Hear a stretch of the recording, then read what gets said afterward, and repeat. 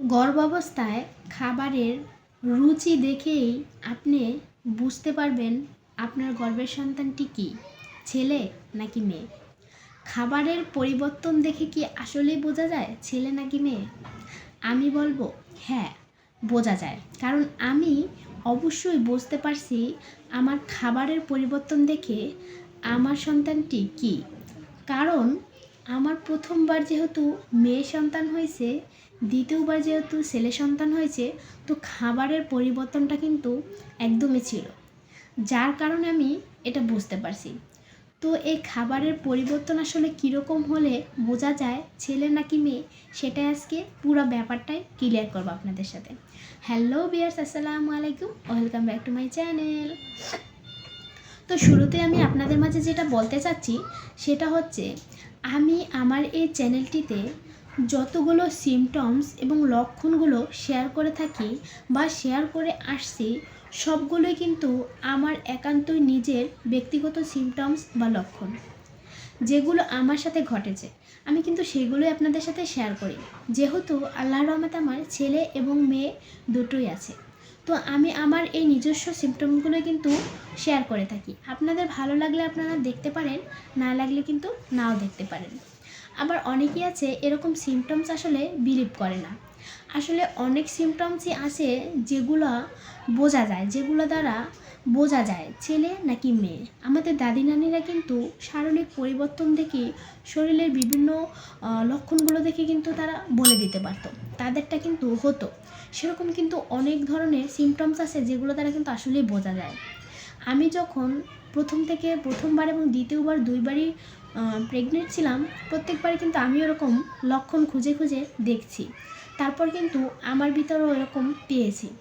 আসলে ছেলে হওয়ার লক্ষণগুলো একদম কিছু কিছু আছে যেগুলো একদম মোস্ট ইম্পর্ট্যান্ট, মিলে যায় একদম অনেক। তো এগুলো আসলে আমার বেলাও কিন্তু ঘটছে।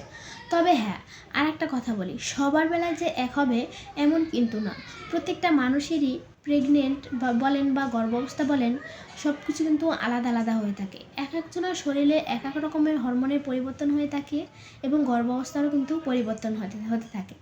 তবে কিছু কিছু মানুষের সাথে কিন্তু আসলে আবার মিলে যায়, কিছু কিছু পরিবর্তন আসলে কিন্তু মিলে যায়। আপনি একজন মানুষ হয়েও কিন্তু আপনার যদি 5বার গর্ভাবস্থা হন, 5বারের কিন্তু সিমটম 5 রকমের হবে, এটাই কিন্তু স্বাভাবিক। আবার দেখা যায় একই রকম সিমটমস বাবু জেন্ডার আলাদা হয়, এটাই কিন্তু আসলে এগুলো দ্বারা কখনোই বোঝা যায় না। তো আমি বলি খাবারের যে ব্যাপারটা, আমার মেয়ে বাবুর সময় আমি আসলে তেমন কিছু একটা খেতে পারি নি। আর আছে না, গর্ভাবস্থার সময় খাবারের প্রতি মানুষ কিছু কিছু খাবারের প্রতি একদম মানে এটাই অনেক খেতে ইচ্ছা করে, এরকম একটা বিষয় এরকমটা ছিলই না। তখন আমার এতটা পরিমাণে আমার মর্নিং সিকনেস ছিল। মর্নিং সিকনেস হলো যে বমির যে বিষয়টা, মাথা ঘোরানো, গন্ধ গন্ধ ভাব, এই যে বমি বমি ভাব, এই যে বিষয়গুলো এইগুলো ছিল, যার কারণে আমার কোনো কিছুই খেতে ইচ্ছে করতো না। খাওয়া নিলে তো বমি আসতোই, না খাইলেও বমি আসতো, এরকম একটা ব্যাপার ছিল। আর ছেলের বেলায় আমি খুবই স্ট্রং ছিলাম, আমার এরকম মর্নিং সিকনেস ছিলই না। মাঝে মাঝে আমি ভাবতাম আসলে আমি কি গর্ভাবস্থায় আছি, আমি কি আজও প্রেগনেন্ট, এরকম মনে হতো। তো ছেলের বেলায় আমি প্রচুর পরিমাণে খাওয়া দাওয়া করছি। তবে স্পেশালভাবে যে খাবারটা আমি বেশি খেয়েছি সেটা হচ্ছে গিয়ে ঝাল খাবার এবং টক খাবার, টক দিয়ে ঝাল মিক্স করেই খেয়েছি। তবে আর একটা কথা বলি, আমি কিন্তু সচরাচর সবসময় একটু ঝাল আর টকটা খেতে বেশি পছন্দ করি। তার থেকেও গর্ভাবস্থার সময় আর একটু বেশি পরিমাণে খাইছি, মানে আরও বেশি খেতে ইচ্ছা করছে, প্রচুর ঝাল খেতে ইচ্ছা করছে। মাঝে মধ্যেই মনে চাচ্ছে যে আমি যদি শুকনো মরিচ একদম চাবাইয়ে খাইতে পারতাম, এরকম লাগছিল। তো আমি করছি কি, জলপাই সিজন ছিল, জলপাই দিয়ে গুঁড়া মরিচ মানে মরিচের গুঁড়া দিয়ে একদম খাইছি, প্রচুর পরিমাণে বকাও খাইছি। তো আমার কিন্তু এইটা খুব বেশি খেতে ইচ্ছা করছে। তবে অনেকের মুখে শুনেছি মেয়ে বাবু যদি গর্ভাবস্থায় থাকে তাহলে নাকি মিষ্টি খেতে ইচ্ছা করে। আসলে আমার মেয়ের বেলায় ওরকম মানে কোনো একটা খাবারের প্রতি তেমন একটা আকর্ষণ ছিল না, যার কারণে মানে আবার স্পেশাল কোনো খাওয়ার প্রতিও রুচি ছিল না, আমি অসুস্থতাটাই বেশি ছিলাম।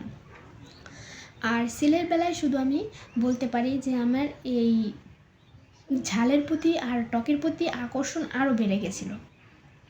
তবে অন্য খাবার কি খেতে মন চায় না? অন্য খাবারগুলোও খাইছি, সব খাবারই আমার মানে মুখে পর্যাপ্ত পরিমাণে রুচি ছিল, অরুচির কোনো ভাব ছিল না।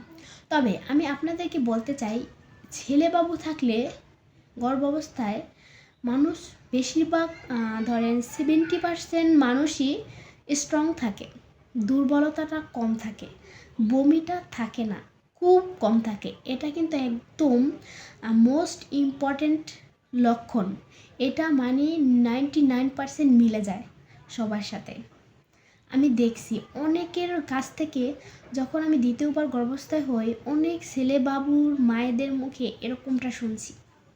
তো এরকম বিশেষ বিশেষ কিছু লক্ষণ আছে যেগুলো আসলে একদম মানে মিলে যায় আর একদম সত্য কথা। তো অনেকে আছে এগুলো আবার বিশ্বাস করেন না, আসলে সবার ক্ষেত্রে যে মিলবে এমনটা কিন্তু না, তবে অনেকটাই কিন্তু মিলে যায়। তো আসলে আপনি যদি একদম সঠিকভাবে জানতে চান আসলে আপনার গর্ভের বাচ্চাটা কী, তাহলে কিন্তু আপনাকে অবশ্যই আলট্রাসোনোগ্রাফির মাধ্যমে জানতে হবে। তারপর আপনি এরকম কিছু লক্ষণ দেখেও অনুমান করতে পারেন, কিন্তু আপনি 100% শিওর হয়ে কখনো বিভ্রান্ত হবেন না, কারণ এরকমের সিমটমস আসলে সবার সাথে মিলবে না। এটাই এটাই কিন্তু মেইন টপিক। আবার মিললেও যে একই হবে এমনটা কিন্তু না, তবে কিছু কিছু মানুষের সাথে কিন্তু মিলে যায়। তো আরও যদি আপনাদের কোনো বিষয় জানতে ইচ্ছা করে এই ছেলে বাবু এবং মেয়ে বাবুর বিষয়, তাহলে অবশ্যই কমেন্ট করে জানাবেন।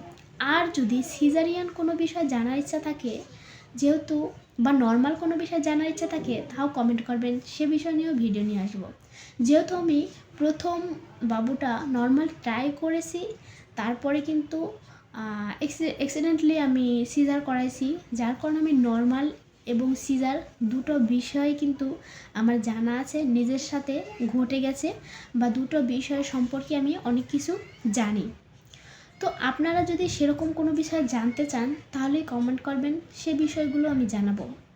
আরও যদি আছে না বাবুদের কোনো বিষয়, তারপর গর্ভাবস্থার যে রেজাল্টগুলোর বিষয়, যে বিভিন্ন ধরনের পরীক্ষাগুলোর বিষয়, তারপর সিজারিয়ান কোনো বিষয়, এই সব ধরনের কোনো বিষয় যদি আপনাদের জানার ইচ্ছা থাকে, অবশ্যই কমেন্ট করবেন, আমি সেই বিষয়ে আপনাদের জন্য কিন্তু ভিডিও নিয়ে আসবো। তো আজকে এ পর্যন্তই। তবে হ্যাঁ, আপনাদের কাছে যদি আমার ভিডিওটি ভালো লাগে, যদি মনে করেন আমার ভিডিও থেকে আপনারা কিছুটা জানতে পারছেন বা ভালো লাগছে, তাহলে প্লিজ দয়া করে আমার চ্যানেলটি সাবস্ক্রাইব করে আমার সাথে থাকবেন এবং ভিডিওটি আপনার কোনো পরিচিত মানুষ থাকলে তাদের মাধ্যমে শেয়ার করে দেবেন। আজকে এ পর্যন্তই। সবাই ভালো থাকবে, সুস্থ থাকবে। আল্লাহ হাফেজ, টাটা, বাই বাই।